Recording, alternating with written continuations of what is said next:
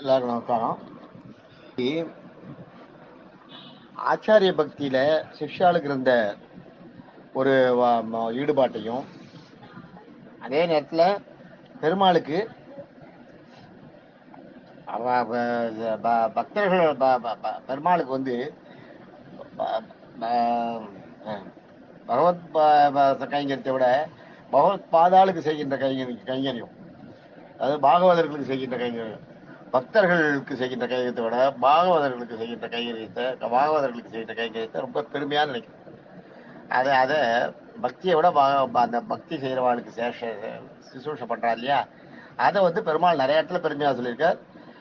அதுல ரொம்ப சிறந்த இது என்னன்னா, ஆச்சாரிய சேவகம் பற்றி நம்ம ஆச்சாரிய சேவகம்ன்றது குருவுக்கு பணியோட செய்கிறது, உலகம் ஏற்பது. அதே மாதிரி அதுலயே சிஷ்ய சேவகன்றது மிகவும் போற்றத்தக்கது.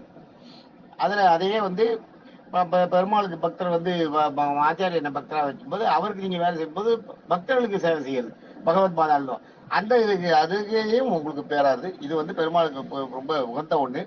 அதுல விசேஷமா ரொம்ப சிலாக்கியமான 3 பேர். சத்ருக்னன் ஒண்ணு, வடுக நம்பி ஒண்ணு, மதுரகவி ஆழ்வார். சத்ருகனனை எடுத்துட்டீங்கன்னா, சத்ருகனன் பெரும்பாலும் ராமாயணத்துல அதிகம் பேசப்படாதவர். சத்ருகனன் ராமாயணத்துல அதிகம் பேசப்படாதவர். இப்ப ராமர் அப்பா சொன்னார், என்னுடைய தகப்பனா சொன்னார்னு காட்டுக்கு வந்தார். காட்டுக்கு வந்த ராமன்கிட்ட பரதன் கேட்கிறான். பரதன் கூட லட்சுமணன் வரான். ராமர் மேல ஈடுபாடு இருக்கிற லட்சுமணனுடைய பக்தி போற்றத்தக்கது. ராமனுக்கு காவலாவே கூடயே இருக்கிறதுனால அவருக்கு போற்றத்தக்கது. அதே மாதிரி பரதன் ராமன் அது பரதன் என்ன பண்ற, ராமனோட பாதத்தை வச்சுட்டு பண்ணி தான் சிம்மாசனத்துல உட்காரு ராமனுடைய பாதத்தை சிம்மாசனத்துல வச்சு ஆட்சி நடத்துறாரு.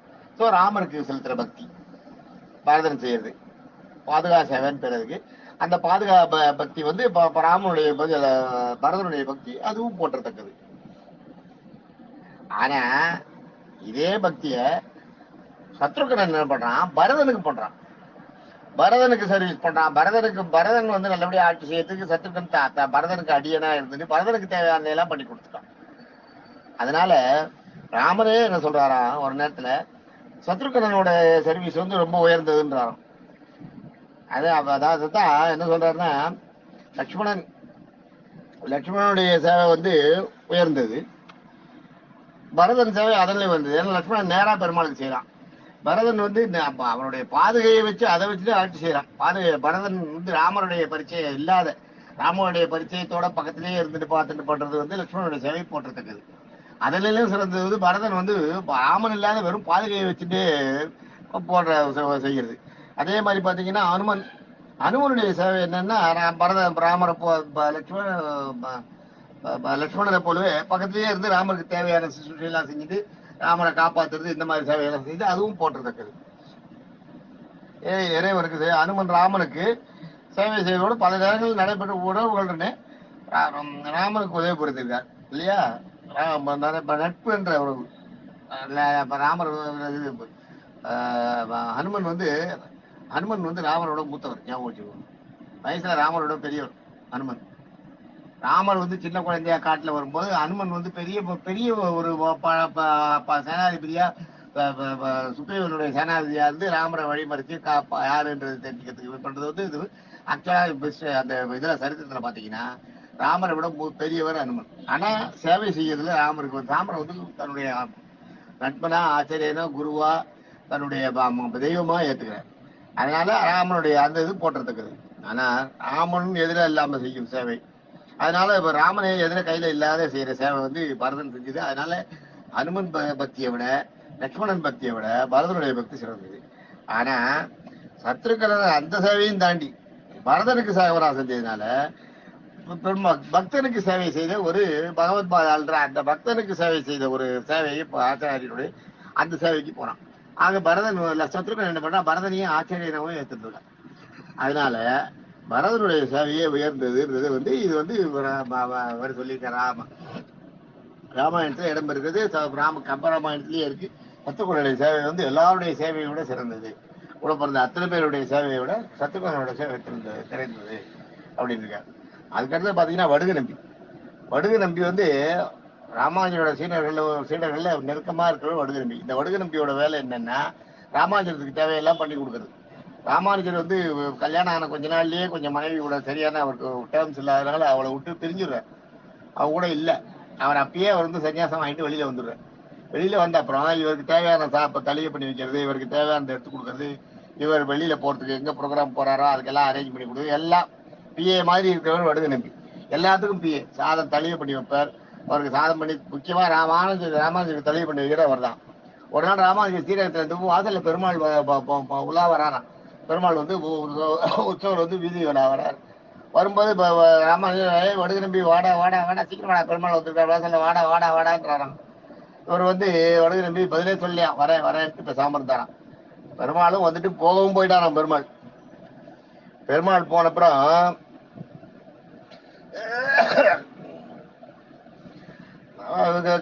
பெருமாள் போயிட்டப்புறம் ராமானுஜர் வந்து உள்ள வந்து வடுகநம்பி இந்த முன்னாடி எத்தனை தரம் கூப்பிடுறது திட்டு வரான்.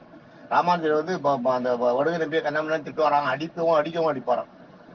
சிஷ்யனா இருந்தாலும் அவ்வளவு உரிமை கொண்டாடுவார். ஆனா வடுகநம்பிக்கு வந்து ராமானுஜர் தான் எல்லாம். ராமானுஜர் உள்ள வந்து அவரும் வடுகநம்பியும் திருப்பி என்ன பழிச்சு பதில் சொல்லுவாராம். வடுகநம்பி வந்து ராமானுஜர் வந்து வடுகநம்பி கிட்ட முட்டாளே உள்ள இந்த பெருமாள் வாசல்ல வந்த பெருமாள் சேவிக்க வராது, இங்க என்ன பண்ணிட்டு இருக்க அப்படின்னாரா. உங்களுக்கு பெருமாள் வசதி, உங்க பெருமாள் நீங்க சேவிக்கிறேன், ஆனா என் பெருமாளுக்கு நான் என்ன செய்யணுமோ அதை நான் செஞ்சாகணும். நான் என் பெருமாளுக்கு இங்க தலிவு பண்ணிட்டு இருக்கேன் அம்சம் பண்றதுக்கு. அதுல ஏதாவது குறை அந்த தலிவு பண்றதுல ஏதாவது மாறி போச்சுன்னா என்ன பண்றது? ஏதாவது ஏட்ட எனக்கு மை கருகி போய் கும்பி போச்சு கருகி போச்சுன்னா என்ன பண்றது? அதனால அவரோட தலையை விட்டு நான் எங்கேயும் வரமாட்டேன். நீங்க உங்க பெருமாளை சேவிச்சுக்கோ, நான் என் பெருமாளுக்கு தேவையான நான் பண்ணிட்டு இருக்கேன். நானா யாரு உங்க பெருமாள்னா ராமானுஜர் கூட்டு தலையை காட்டுறாராம். ராமானுஜர் எப்படியே நெகிழ்ந்து போய் இப்படி ஒரு பக்தி உனக்கு முரட்டு பக்தியா இருக்கியே நீ அப்படின்னு நம்பிக்கிட்டு இருந்தான். ஒரு தடவை ராமானுஜர் வந்து ரங்கநாதர்கிட்ட பேசுவாராம். பேசும்போது ராமானுஜர் வந்து பெருமாள் என்ன சொன்னாராம், நீ எனக்கு ரொம்ப வசந்தான் தான், ஆனா உன்னை விட வசந்தம் வடுகநம்பினாராம்.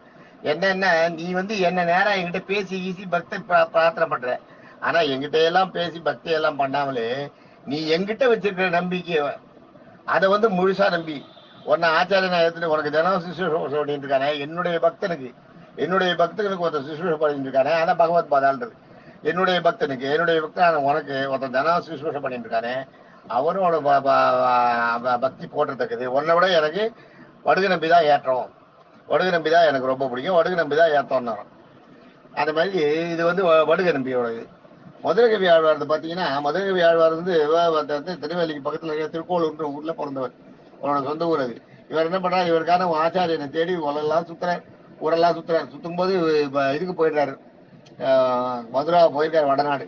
அங்க போகும்போது மதுராவில் இருக்கும்போது அவருக்கு என்னன்னா தெற்க வந்து ஒரு ஜோதி தெரியுது.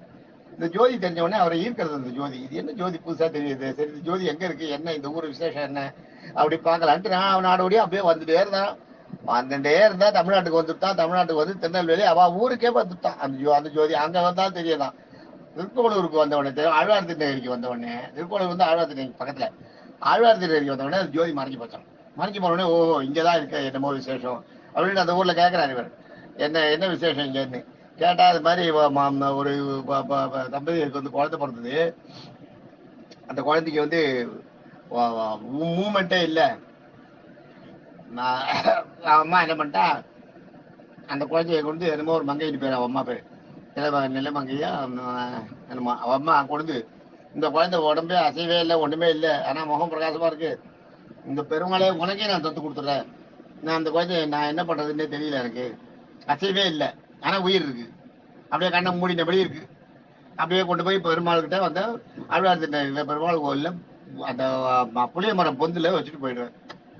புளிய மரம் பொந்துல வச்சுட்டு போயிட்ட உடனே அந்த குழந்தை அங்கேயே இருக்கு. அதை வந்து சொல்றா எல்லாரும் அங்க இருக்கு. ஆனா குழந்தை பழிச்சுட்டு இருக்கு. குழந்தை ஒன்றும் சாப்பிடல, அதனோட உடம்புல இருந்து எந்த கழிவும் வெளியில வரல, எதுவும் சாப்பிடல, அந்த ரத்தமும் சாப்பிடல, ஒண்ணு இல்லை, கண்ணு முடிச்சும் பார்க்கல, ஆனா உயிர் மட்டும் மூச்சு மட்டும் ஆடிட்டு இருக்கு அப்படின்ட்டு. இப்படி கூட ஒரு விஷயம், இந்த மாதிரி ஒரு குழந்தை எப்படி வருஷ கணக்குல எல்லாம் எப்படி சாப்பிடாம இருக்கும் அப்படின்ட்டு இவர் என்ன பண்றாரு, 3 வயசு 4 வயசு வரைக்கும் இவர் என்ன பண்றாரு, போறாரு அங்க இந்த பத்ரகவி ஆழ்வார் அங்க போறாரு.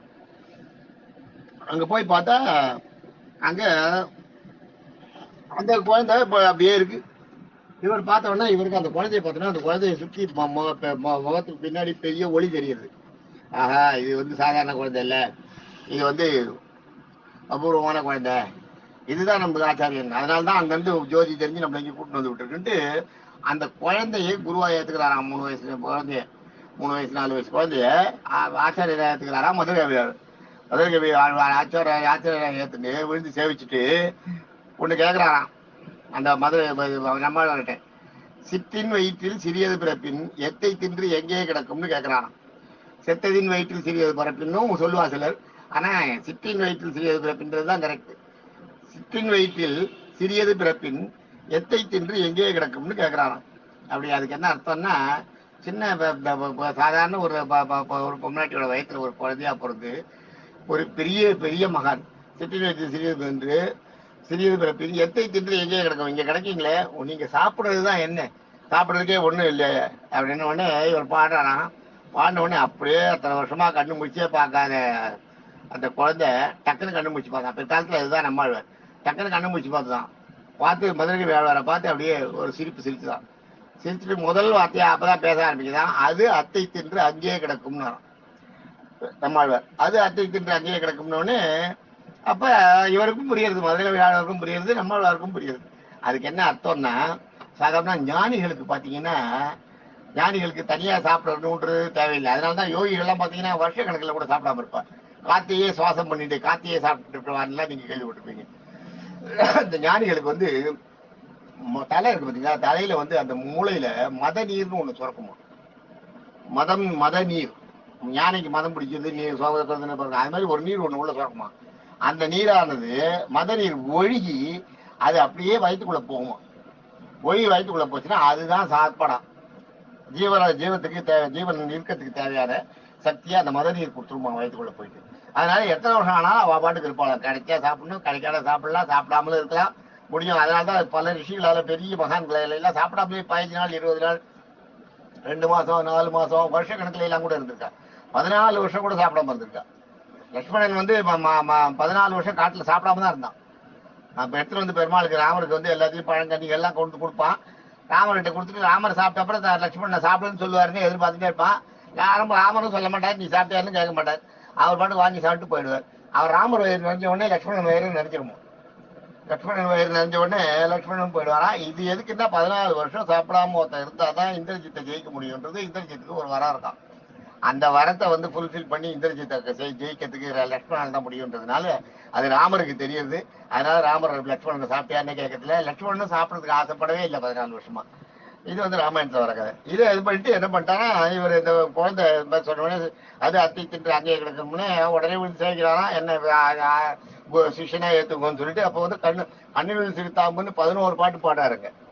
11 பாட்டு. அது வந்து கண்ணினுள் சிறுத்தாம்பினால் கட்டுண்ண பண்ணிய பெருவாயன் என்னப்பனில் நன்னி தென்றுகூர் நம்பி என்றக்கால் அன்னிக்கும் அமுதூரும் என் நாவுக்கேன்னு அவரோட பாட்டு. அது 11 பாட்டு இருக்கு. கண்ணினுள் சிறுத்தாம்பு ஃபேமஸ். அது வந்து சாத்துமறையில வர பாட்டு. அது சாத்துமுறை பாட்டு.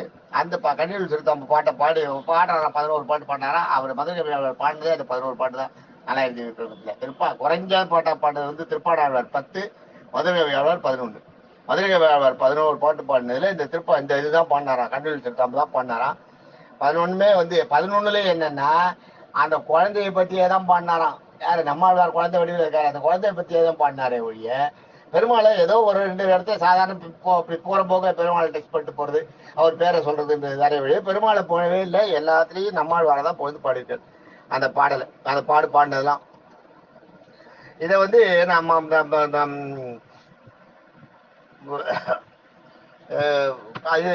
அதே மாதிரி நம்மாழ்வாருக்கு என்னன்னா, நம்மாழ்வார் வந்து அவர் எந்த திவ்ய தேசத்துக்கும் போல, எல்லா திவ்ய தேச பெருமாளும் அவருக்கு வந்து காட்சி கொடுத்தார்.